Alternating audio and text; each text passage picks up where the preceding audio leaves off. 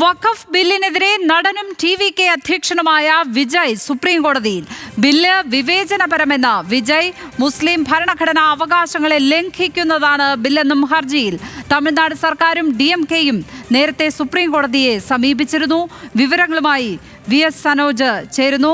സനോജ്, വിജയ് നിർണായകമായ നീക്കം തന്നെയാണ് നടത്തുന്നത്. എന്തൊക്കെയാണ് ഈ വാർത്തയുമായി ബന്ധപ്പെട്ട് ഇപ്പോൾ നമുക്ക് ലഭിക്കുന്ന വിവരങ്ങൾ?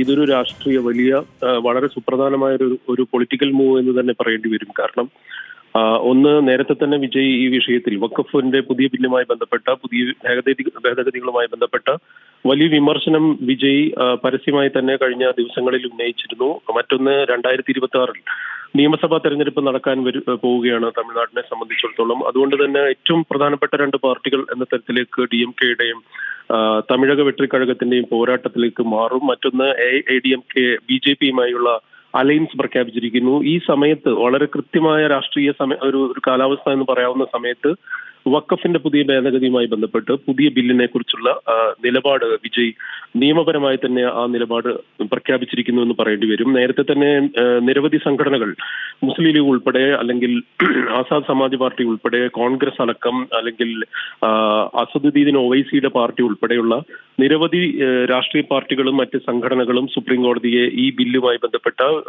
ഇതിനോടുള്ള വിയോജിപ്പ് പ്രകടിപ്പിച്ചുകൊണ്ട് കോടതിയെ സമീപിച്ചിരുന്നു. ഏതായാലും തമിഴക വെട്രിക്കഴകത്തിന്റെ ഔദ്യോഗികമായി തന്നെ അവർ നിലപാട് പ്രഖ്യാപിക്കുന്നു. അവർ സുപ്രീം കോടതിയെ സമീപിക്കുന്നു. അതിൽ കൃത്യമായി വിജയ് പറഞ്ഞു വെക്കുന്നുണ്ട്, ഇത് ഡിസ്ക്രിമിനേറ്ററി ആയിട്ടുള്ള ഒരു നീക്കമാണ് ഈ ബില്ലിൽ ഉള്ള പുതിയ വ്യവസ്ഥകൾ. ഒപ്പം തന്നെ മുസ്ലിം കമ്മ്യൂണിറ്റിയെ സംബന്ധിച്ചിടത്തോളം അവരുടെ ഫണ്ടമെന്റൽ റൈറ്റ്സിനെ വയലേറ്റ് ചെയ്യുന്നു.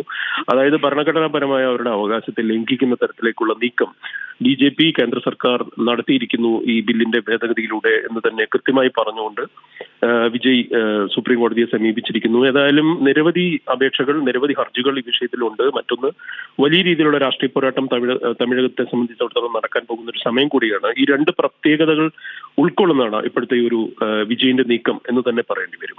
ലക്ഷ്മി, വിജയ് അതിസുപ്രധാനമായ ഒരു രാഷ്ട്രീയ നീക്കം തന്നെയാണ് നടത്തിയിരിക്കുന്നത്. വഖഫ് ബില്ലിനെതിരെ ഹർജി നൽകിയിരിക്കുകയാണ് സുപ്രീം കോടതിയിൽ. VS സനോജാണ് വിവരങ്ങൾ പങ്കുവച്ചതിപ്പോൾ.